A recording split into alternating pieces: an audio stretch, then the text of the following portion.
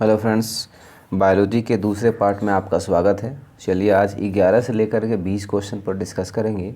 और हमारा पहला क्वेश्चन है, मानव शरीर में मौजूद निम्नलिखित कोशिकाओं में से किस में माइटोकॉन्ड्रिया नहीं पाया जाता है। तो आपका इसमें ऑप्शन दिया हुआ है लाल रक्त कोशिका, यकृत कोशिका, मांसपेशी कोशिका या श्वेत रक्त कोशिका। तो इसका सही आंसर हो जाएगा लाल रक्त कोशिका। इसका सही आंसर हो जाएगा लाल रक्त कोशिका। ठीक है, अब आपको इसमें ये ध्यान रखना होगा कि सारे ऑप्शंस हैं मांसपेशियाँ, जो मांसपेशियाँ हमारे शरीर में मांसपेशियाँ होती हैं उसकी कोशिका मांसपेशिया कोशिका कहलाती है। इसमें आपको मुख्य रूप से इसमें हम डिस्कस कर सकते हैं कि ये जो है यकृत कोशिका जो लीवर की जो कोशिका होती है उसको यकृत कोशिका कहते हैं। अब यकृत में एक प्रश्न बनता है कि यकृत जो होता है हमारे शरीर की सबसे बड़ी ग्लैंड्स यानी ग्रंथि होती है। ठीक है, और श्वेत रक्त कोशिका जो होती है यानी वाइट ब्लड जो सेल होता है ये हमारे रोग प्रतिरोधी क्षमता के जैसे कार्य करते हैं। ठीक है ना, तो जैसा कि हम लोग ब्लड में जानते हैं कि ब्लड में RBC होता है, WBC होता है, प्लेटलेट्स होता है, तो उसी ब्लड का एक हिस्सा है श्वेत रक्त कोशिका। ठीक है, श्वेत रक्त कोशिका के बारे में आपको याद रखना होगा। चलिए अगले प्रश्न पर बढ़ते हैं। अगला प्रश्न है, निम्नलिखित में से कोशिका का नियंत्रक केंद्र कौन है। तो कोशिका का नियंत्रक केंद्र कौन है दोस्तों? देखिए, केंद्रक, प्लाज्मा, लाइसोसोम या क्रोमोसोम। तो सही उत्तर हो जाएगा इसका केंद्रक। केंद्रक जो होता है वो कंट्रोल करता है, पूरे कोशिका को कंट्रोल करता है, संचालित करता है। ठीक है ना। प्लाज्मा क्या होता है? ब्लड जो होता है, ब्लड जो होता है उसमें 55% प्लाज्मा होता है। प्लाज्मा लगभग पानी के जैसा, लिक्विड के जैसा होता है ना। 90% उसमें पानी होता है, बाकी सब प्रोटीन्स होते हैं। लगभग 45% जो होता है ब्लड में RBC, WBC और प्लेटलेट्स होता है। ठीक है ना, तो आपको ये ध्यान रखना होगा। और लाइसोसोम क्या होता है? आत्महत्या की थैली बोलते हैं। लाइसोसोम को क्या बोलते हैं आप? आत्महत्या की थैली बोलते हैं। और क्रोमोसोम जो होता है वो DNA में होता है। ठीक है ना, मतलब न्यूक्लियस में होता है। ठीक है ना, क्रोमोसोम। चलिए आगे बढ़ते हैं अगले प्रश्न की ओर। निम्नलिखित की कोशिका सूक्ष्मतम जीवित कोशिका है, मतलब इनमें से किसकी सबसे सूक्ष्मतम जीवित कोशिका है? तो बैक्टीरिया है या ब्रेड मोल्ड है या माइक्रोप्लाज्म है या वायरस है?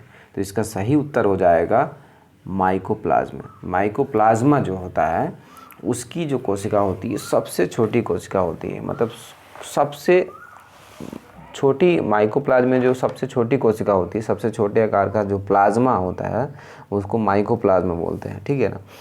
बैक्टीरिया आप जानते हैं, बैक्टीरिया एक कोशिकीय जीव होते हैं। ठीक है ना, बहुकोशिकीय भी हो सकते हैं, आमतौर पर एक कोशिकीय जीव होते हैं बैक्टीरिया। अब यूनिसेलुलर होते हैं। ब्रेड मोल्ड क्या है? ये एक कवक है, ये दुनिया में सबसे आम कवक में से एक है। ब्रेड मोल्ड कवक फंगी है। ठीक है ना। अब वायरस क्या होता है? वायरस आप जानते हैं जिसको हम लोग विषाणु बोलते हैं। आज कोविड-19 से झेल रहे हैं हम लोग उसको, और वायरस से भली भांति परिचित हैं। ठीक है ना। तो ये जो वायरस जो होता है वो एक बाहर जब रहता है, शरीर के बाहर रहता है तो वो मृत रहता है, मरा हुआ रहता है। ठीक है ना। जैसे ही शरीर के अंदर आता है वो जिंदा हो जाता है और अपने जीवित शरीर में वो क्या करता है? वंशावृद्धि करता है, वो डेवलप करता है। कई सारे वायरस हमारे शरीर में अच्छे होते हैं, कई सारे ख़राब होते हैं। चलिए 40 नंबर क्वेश्चन की ओर आते हैं। DNA का संबंध जिस अति मूल प्रोटीन से है उसे क्या कहते हैं? DNA का जो संबंध है जिस मूल प्रोटीन से उसे क्या कहते हैं? गैर एल्ब्यूमिन, हिस्टोन या गैर हिस्टोन या एल्ब्यूमिन? तो इसका सही हो जाएगा आंसर हिस्टोन। हिस्टोन प्रोटीन होता है DNA में, और ये DNA जो है इससे संबंधित होता है। बाकी सब सवाल जो है डिस्कस करने लायक नहीं है, तो आगे चलते हैं। निम्नलिखित में से किस एक कोशिकीय कोशिकांग समूह में DNA होता है? तो इस ऑप्शन पढ़ देता हूँ। सूत्रकणिका, केंद्रक, हरित लवण। ठीक है। सूत्रकणिका, गोल्जिका या केंद्रक। सी नंबर ऑप्शन है सूत्रकणिका, जीवद्रव कला और केंद्रक। डी नंबर ऑप्शन है हरित लवक, केंद्रक और राइबोसोम। तो इसका सही आंसर हो जाएगा सूत्रकणिका, केंद्रक और हरित लवक। इसमें जो होता है ये एक कोशिकीय कोशिकांग समूह में डीएनए होता है, ठीक है ना। इनके एक कोशिकीय कोशिकांग में डीएनए होता है, ठीक है। चलिए अगले प्रश्न की ओर पढ़ते हैं। डीएनए की पॉलीन्यूक्लियोटाइड श्रृंखला में क्या समाविष्ट होता है? डीएनए की पॉलीन्यूक्लियो श्रृंखला में क्या समाविष्ट होता है? ठीक है, क्या समाविष्ट होता है? एक नाइट्रोजनी क्षारक, डीऑक्सीराइबोज शर्करा और फास्फेट समूह सम्मिलित रहता है, समाविष्ट रहता है। आपको ये आंसर डायरेक्ट बता देता हूँ मैं, बाकी ऑप्शन पढ़ लीजिएगा। एक नाइट्रोजनी क्षारक, डीऑक्सीराइबोज शर्करा और फास्फेट समूह पॉलीन्यूक्लियोटाइड श्रृंखला में समाविष्ट होता है। चलिए अगले प्रश्न की ओर बढ़ते हैं। चिकनी अंतःद्रव्यीय जालिका के अनुपूरक कार्यों में से एक कार्य है। चिकनी अंतःद्रव्यीय जालिका के अनुपूरक का मतलब होता है बाद में जोड़ा हुआ, बाद में अगर मतलब चिकनी अंतःद्रव्यीय जालिका में जो होता है वो खास कर क्या होता है, लिपिड संश्लेषण होता है, मतलब वसा का संश्लेषण होता है। लेकिन आपका आंसर ये नहीं होगा, ये बोल रहा है अनुपूरक कार्यों में से एक है, मतलब बाद में क्या मिला हमको, बाद में क्या पता चला या और एक्स्ट्रा इसके कार्य कौन है। तो विषैले पदार्थों का निर्विषीकरण ये करता है, ठीक है ना। चिकनी यानी स्मूथ एंडोप्लाज्मिक रेटिकुलम। चलिए अगले प्रश्न की ओर बढ़ते हैं। निम्नलिखित में से क्या डीएनए में मौजूद रहता है किंतु आरएनए में नहीं रहता है?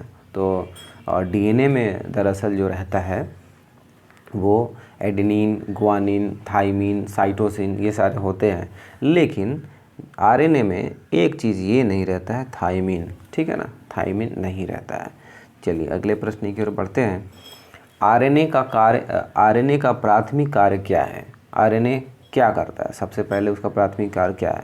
प्रकाश संश्लेषण करता है या प्रोटीन संश्लेषण करता है या प्राकृतिक बनाता है या अनुवाद करता है? तो इसका सही जवाब हो जाएगा प्रोटीन संश्लेषण करना। आरएनए का कार्य क्या है दोस्तों? प्रोटीन संश्लेषण करना। आज के अंतिम सवाल की ओर बढ़ते हैं और ये जो है राइबोसोम्स होते हैं। राइबोसोम्स क्या होते हैं? तो मुख्य रूप से राइबोसोम्स जो होता है वो आरएनए से संबंधित होता है, ठीक है ना, आरएनए संबंधित होता है। उम्मीद है ये वीडियो आपके लिए फ़ायदेमंद रहा होगा।